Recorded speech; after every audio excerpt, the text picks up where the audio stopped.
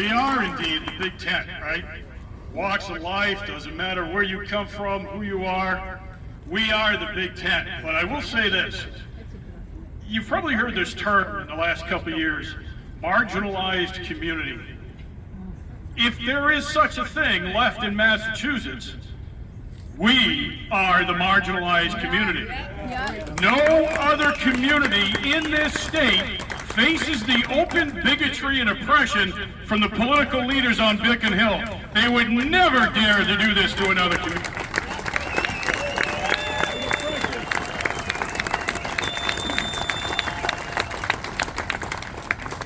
So our next speaker, by the way, she's coming up, and she's a rock star in her own right. She's the head of the DC project out of Rhode Island. We call her the Tuna Queen because if you've ever seen some of her fishing pictures, woo! We're hopeful she's going to land a couple up here this afternoon. But her daughter is also a rock star, and her daughter went with her on several of the stops in the so-called listening tour, Deaf as a Post tour. And Liv stood up, 15-year-old girl, and she said to the legislators in attendance, I only want in my school the same protections you have in your state house. Is that too much to ask?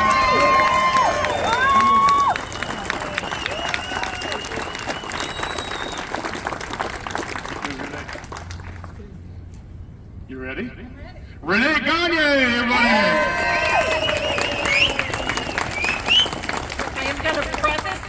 I hate public speaking, but when Goal asks you to spread education and advocacy, you don't say no. So I'm sad that I have to follow all these amazing, polished speakers because everything I have is on these papers.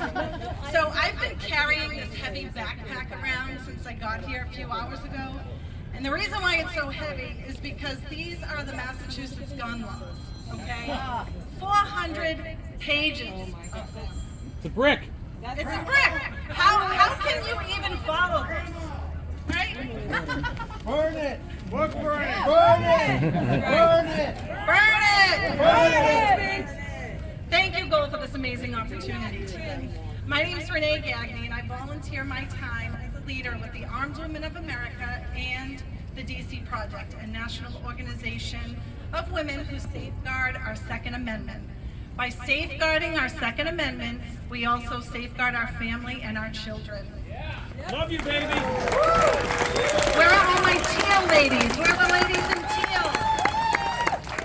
Yeah. Where are all the ladies? Teal or no teal? Where are the ladies? Yes. Yes. The face of advocacy in the 2A community has changed significantly in the last 10 years.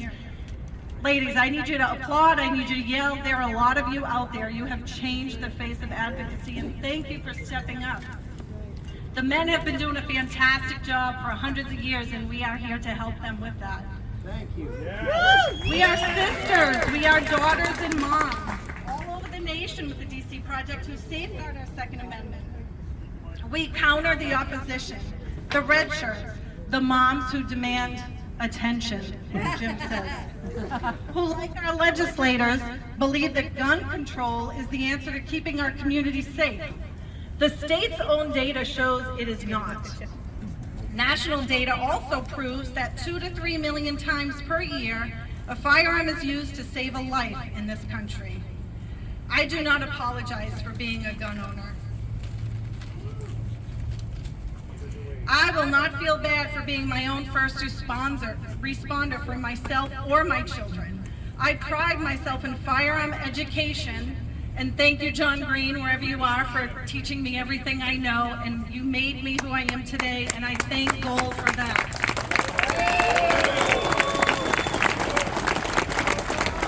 We are united, over 600,000 of us united. What are we? United! What are we? United! When I became a gun owner, advocacy for my civil rights, it wasn't even a thought in my mind. Why would I have to advocate for something that our forefathers already took care of 200 years ago? The development of the Constitution, the Bill of Rights, the groundwork of freedom that our country was built upon. The Constitution is not negotiable. My civil rights are not a debate. They're not up for debate.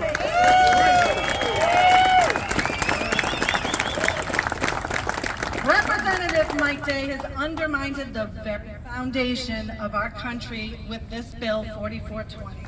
It is unacceptable, it is egregious, and we are not going to tolerate it. I stand here today with my fellow patriots. All of you, thank you so much for coming on this beautiful sunny Wednesday. There is an operating room somewhere in Southern Mass that is missing a nurse today because she chooses to be here and speak to all of you. Thank you.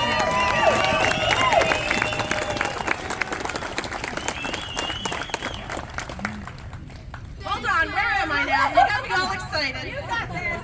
Woo. My mouth is dry. We all want safe communities, but we need to implement effective ways to reach that goal.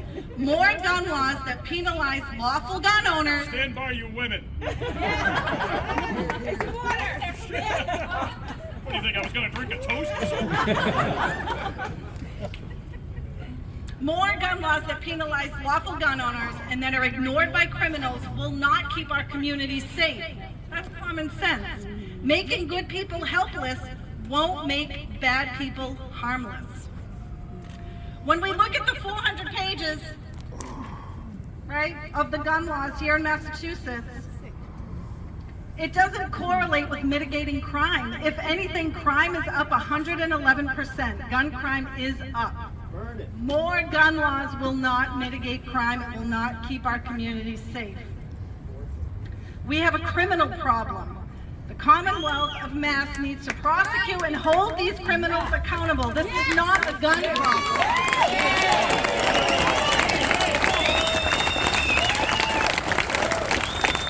That is the only thing that's going to keep our communities safe.